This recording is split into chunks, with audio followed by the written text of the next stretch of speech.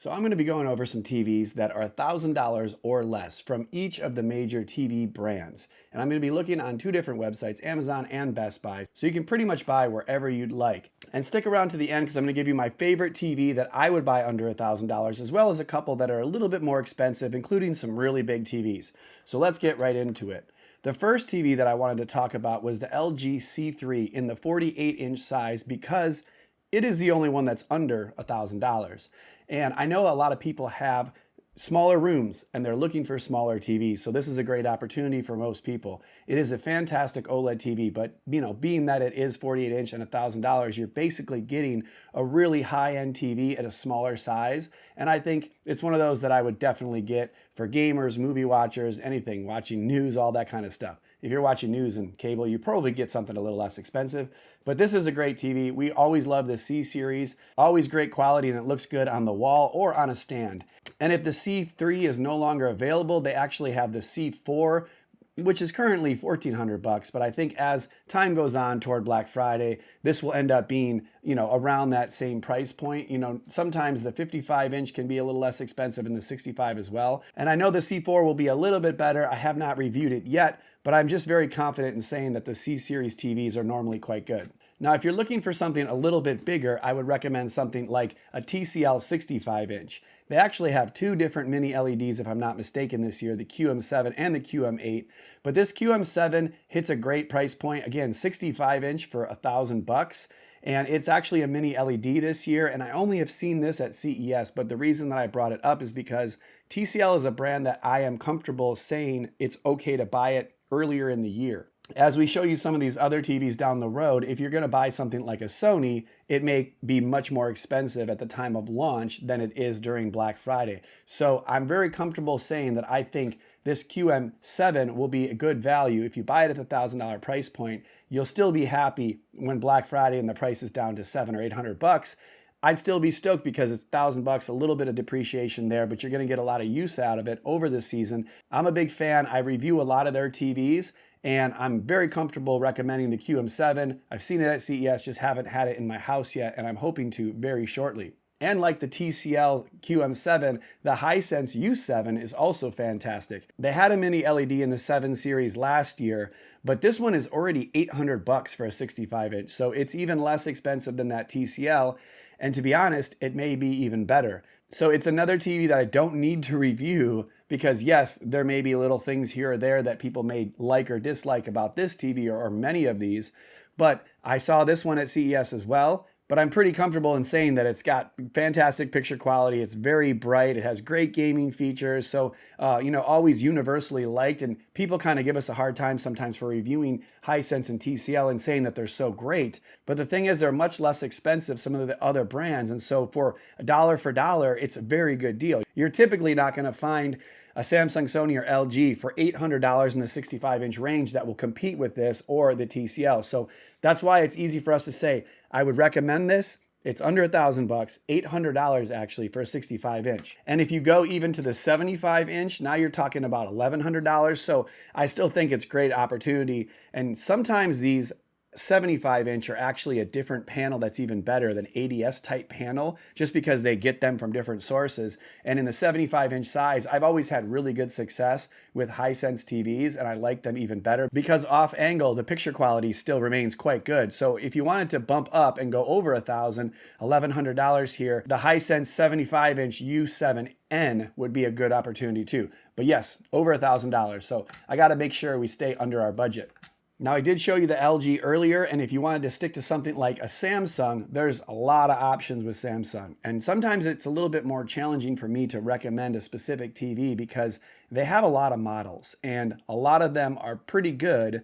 A few of them are fantastic, and then some of them are down there with some of the more basic entry-level TVs. And it's a good opportunity for me to let you know, if you're just looking for a more basic TV, if you're just wanting to spend a couple $100s, that's okay. There are tons of TVs on Amazon or on Best Buy that are under $200 or even under $150. What I normally look for is that the TV is actually 4K and that it's 120 hertz. Sometimes 60 hertz is fine as well. Most of the ones that are under $200 are going to be 60 hertz. And as long as you find one that's 4K, you're going to be in good shape. But something like this TCL Q6, for example, being $369 for a 55-inch, that's totally fine. To be honest, that's going to be better than a lot of the TVs you get. But you can go very basic if you're buying a very inexpensive TV. Just look for those things, like I said, 60 hertz, 4K, an operating system that you like, whether it be a Fire TV type, or if you like the Google operating system, make sure that that's, whatever you guys like. So that's kind of how I would dictate it. 4K, 60 hertz, the operating system that you're comfortable with, and then just go ahead and buy it. But there are a couple of Samsungs that caught my eye, and one of them was the 55-inch QN90C, because that's a TV from last year that we reviewed. And to be honest, it's pretty good at this price. It's a fantastic QLED. It's probably a little bit better than the Hisense or the TCL that I was talking about earlier, but that's debatable. I mean, honestly, the downside with Samsung is they don't have Dolby Vision, and with a TV like this, it has great HDR anyways. But some people like that Dolby Vision, and also the operating system. This is a Tizen operating system that's its own system, whereas the Hisense and the TCL use the Google TV operating system that I'm more comfortable with, because all of my shows and all of my devices kind of sync up, so I can just jump in there and it connects to those. So that's probably another reason that I might go dollar for dollar. I'd probably go with Hisense or TCL, but there are some high-end Samsungs that I would recommend. They're just far over $1,000. And then also you could consider getting a 70-inch. Now the Q60C is one of their lower QLEDs. So again, you're going to go ahead and buy something bigger here and sacrifice a little bit of quality. And how I put it to most people is, you probably won't notice the quality difference, but you're definitely going to notice the size difference. So if you had to ask me, would most people prefer a 70-inch Q60C or a 55-inch QN90C? I would probably say get the larger TV, because it's just going to cover so much more space. It'll appear to be brighter full screen, and it's going to be good enough for most content. Although the QN90C will be a little bit brighter when you're watching HDR movies.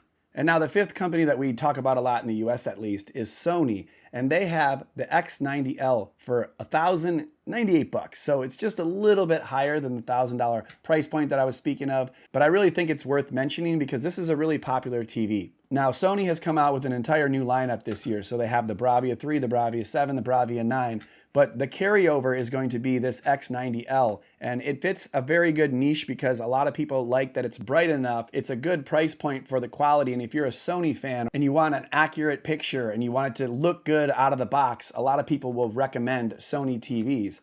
And because this 65-inch is $1,100, and it's also available in an 85-inch that's very popular for $2,000, it becomes, a very popular choice. And though this is twice as expensive as we were talking, it's still a TV that gets picked up a lot during, sporting events and in the fall and Super Bowl and all that kind of thing. So I do think it's worth mentioning. I'm a big fan of this.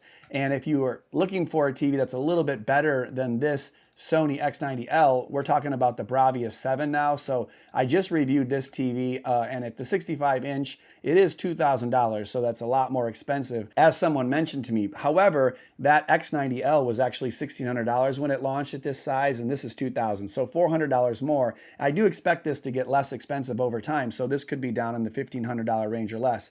And it is definitely brighter. It has some of the same characteristics, but it's a mini LED, has more dimming zones, and is brighter, and technically is a step up.